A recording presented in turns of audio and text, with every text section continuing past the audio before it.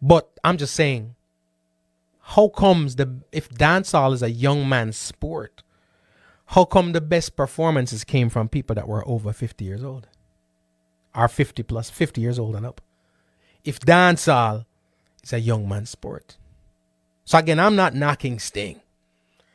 And the reason why I am not knocking Sting, I will say this to everybody because I've seen an uproar. It's on social media. If you post something, it's going to be 1,000 comments underneath it. And of course, people want that. But it's going to be 1,000 comments underneath it talking about Sting and what happened and blah, blah, blah. Utan said promoter greedy. Here's the thing.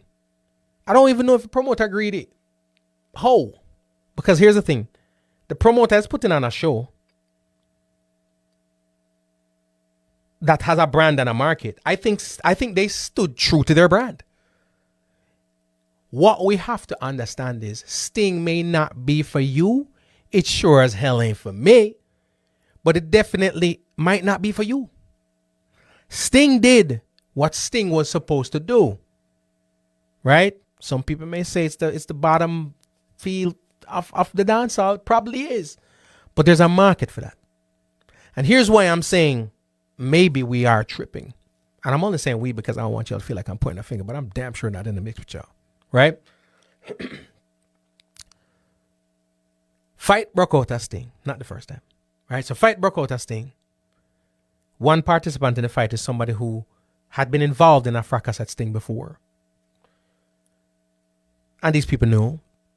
The contribution to these breakout of violence and nonsense at Sting normally is too many people on stage, entourages and stupid people and ignorant people up there with microphones. But yet still, that's what Sting has as their headliner. Billed as a headliner. Common sense would tell you that's what they're trying to put out there. And that's the market. Now, while you may be disappointed in it, and I may be, to be honest with you, I'm not disappointed in it. The reality of it is this. In all the feedback I see from Sting, that is negative. And I comb through comments a lot of times to see what's going on. I'm combing through the comments sometimes to see what's going on. Right? I don't see no complaints from the people who were at Sting, I see zero complaints from the people who were at Sting. Who I see the complaints from, who I see the complaints from are the people who were at home like myself watching it on YouTube. So you are complaining about something that is not yours, that you are not the audience for. It was never marketed to you. Right? If you ain't a crackhead, why you complain about the quality of the crack? Right? If you not a crackhead, why you out here saying, some bull crack that crack ain't, what is it to you? Because everybody who I see complaining, some say they've been a Sting before, right? But they haven't gone in 30 plus years, so you are not the audience in the market, and you've been saying you're not going for the last 25 years. But Sting come out and do what Sting's supposed to do. And we all on our pulpits complaining about the quality of Sting. Sting delivered what it was supposed to deliver. If you want quality performance and artists to come and deliver sets of music, go to Rebel Salute. Go to Sumfest.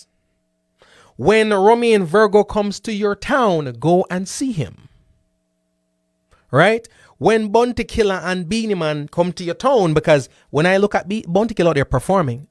And there's another show recently that was held in Port Royal. When I say Bounty Killer perform and I say Sizzler perform. If either artist was in my town tomorrow, I would pay my good money to go watch them perform. Right? Tanya Stevens, the people who went on there and gave me the performance that I loved. But I can't complain about Fully Bad and Honeymossity and all of these artists, because if they came to my town tomorrow, it doesn't matter to me. I'm not their audience. No, you are not Sting's audience. Because every single solitary person that I see complaining about Sting has not, many have never been to Sting, and some have not been in 30 plus years. The first couple of years, they might have been one time because they live in Jamaica, whatever case may be, right? But you saw it on YouTube. You never have no intention of going. If you were in Jamaica, you weren't going to go to. So at the end of the day, you're not the audience. You're not the market. So to sit back and pull it apart and strip it down and say how terrible it was and how poorly it was done, when I sit back and think about it, they probably executed their plans. Because I ain't heard nothing from the promoters of Sting except for come out, and what they said was more so defending the fact why certain artists never perform or why Spragga never go on, and I'm giving it excuses and whatever. But and yes, they spoke of the premature ending, but how in the hell? First of all, if a show comes to an abrupt end at 6 something in the morning because of, it's not a premature ending at 6 o'clock in the morning, the show if it done. Right? It ended the wrong way. But at 6 o'clock in the morning, they gotta go to work. Right? It's supposed to done 6 o'clock in the morning. So, I say that to say, the people that were trying to end the show anyway, the cops are trying to end the show. The promoters and the hosts trying to, get some more out of it. All of that, to be honest with you, even the cops coming out saying it's got to cut, and them saying, no, can't we do this and that? And honestly, that may have even been part of the whole thing. That may be a part of the show too, for rile up the crowd and whatever the case may be and get them up, and then now the people come to them thing. Do you think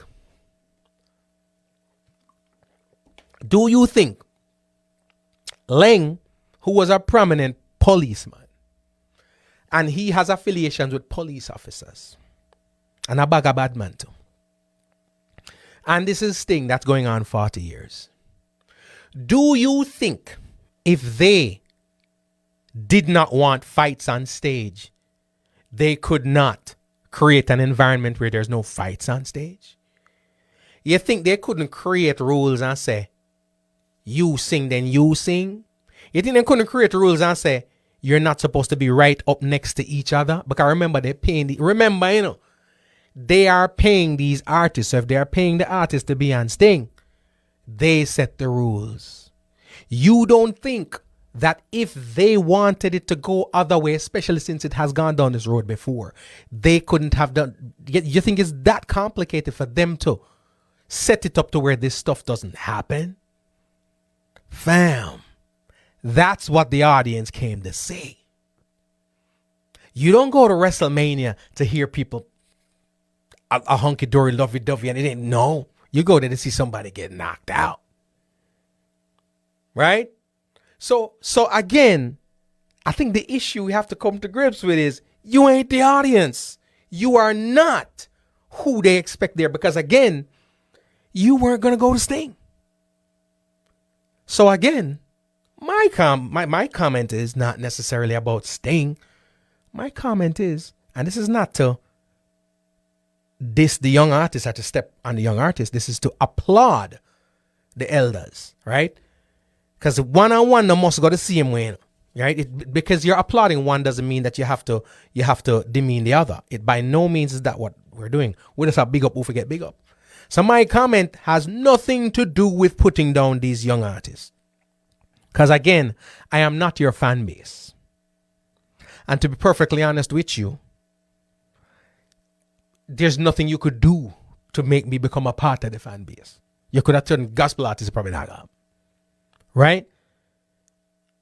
But you have to give credit where credit is due. Again, dancehall is supposed to be, this is my comment, dancehall is supposed to be a young man's sport.